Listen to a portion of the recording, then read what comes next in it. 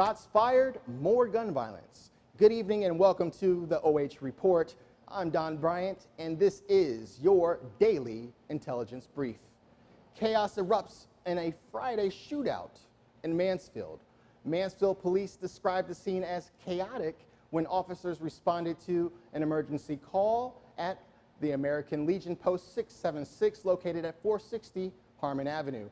Two female victims were found laying on the ground, both struck by a vehicle. One of the victims who was hit was also shot in the leg. There were multiple cars damaged and several individuals injured. Shortly after the female victims were transported to the hospital, another victim with multiple gunshot wounds arrived. It was a busy night for Mansfield police as they respond to additional calls relating to gunshots in Mansfield. Reports of shots fired at Sammy's Bar located at 178 Wayne Street in Mansfield. Officers were called in reference to a fight, and upon arrival, people were observed fleeing from the area.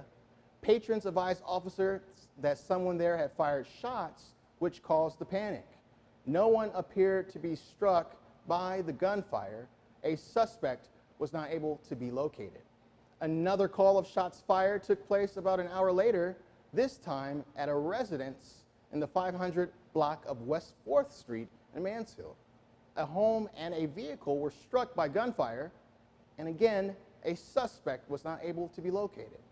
It is unknown whether these incidents are connected. Anyone with information is advised to contact the Mansfield Division of Police at 419-755-9724. An apartment complex catches fire in Mansfield. Stonewood Apartments, located at 996 South Main Street in Mansfield, is where one of the dwellings was ravaged by fire. And get this, this wasn't the first time it's happened here, according to reports. One of the residents arrived home at 3:50 a.m. on Saturday to find several apartments burning out of control. 911 was contacted, and one of the residents even walked to the fire station that is located next door, but no one answered. Residents say there were no fire extinguishers on the first or second floor and that fire alarms did not go off. These claims are being investigated by local authorities. Thankfully, everyone, including a baby, escaped safely. The property is owned by the Steinmans family.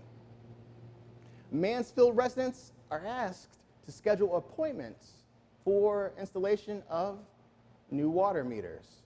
By city ordinance, all customers are required to have a new meter installed. There are three basic requirements for installation of a new meter: an appointment, the area around the current meter needs to be cleared for easy access, and a person over the age of 18 needs to be present. Meter replacements will take approximately 20 minutes to complete. To schedule your appointment, you will first need to receive a postcard from SGS Aclara, the company doing the installations, and then contact 877-642-6633. And now from our coronavirus COVID-19 desk, we have a submission from an anonymous viewer who writes, "Hey Donnie, I have a nephew that is coronavirus positive. He was staying with me for a few days, and the only reason we found out is because he had to have surgery, which meant he had to have a coronavirus test before the procedure. All in all, he is fine and considered asymptomatic. However, his girlfriend is pretty sick and has had flu-like symptoms for over a week now. My youngest son is experiencing gastrointestinal issues and shortness of breath. However, the rest of us in the household are fine. We are now quarantined for 14 days. And we here at the OH Report wish everyone a speedy recovery. Upcoming events. Exciting, get ready. Tax filing deadline is today. Be sure to file your taxes. Exciting, right? And not coming up anytime soon, but the organizers of the Incarceration Festival have announced the dates for next year. The festival will take place July 16th, 17th, and 18th in 2021. Incarceration is Mansfield's largest annual event. In the headlines, Goya Foods CEO endorses President Trump. A popular Hispanic-owned food company is facing calls for a boycott after its chief executive praised President Donald Trump. The CEO said Mr. Trump's leadership was a blessing. But now many of its loyal customers and some high-profile Democrats are calling for the firm's products to be shunned. What do you think about that?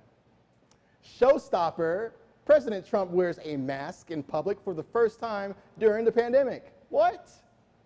President Donald Trump wore a mask during a visit to a military hospital on Saturday, the first time the president has been seen in public with that type of facial covering recommended by health officials as a precaution against spreading or becoming infected by the coronavirus. Well, thank you, Mr. President, setting a fine example there by wearing a mask, something that the Democrats have been asking for since the beginning. Now it's time for my favorite part of the show, and that is, drum roll please, if there's ever such a thing, it's political theater time. Last week we showed you two ads going at each other, but guess what? Those ads were both from Republicans. The Republicans were going at it. Now today we're going to show you two ads from President Donald Trump and former Vice President Joe Biden. Let us know your thoughts on these ads right here at OH Report. Comment in the comment section below. First, we will hear from the president himself, Mr. Donald Trump. Check it out. This president is to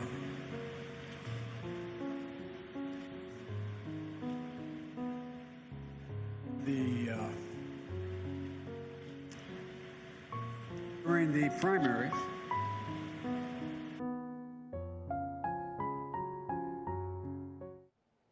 Wow, the president has some zingers, doesn't he? Is this what we're going to expect during the debates? Let's check out an ad from Joe Biden. This job is about protecting Americans, not tear-gassing them for a photo op. It takes strength, courage, compassion, resilience. That's a president.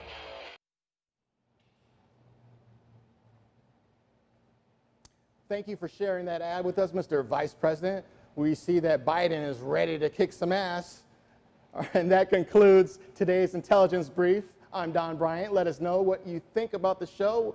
What did you think about the political ads? Did they influence you on who you're going to vote for president? Coming up tomorrow, Mansfield City Schools announced a digital program for the 2020-21 school year, and protests get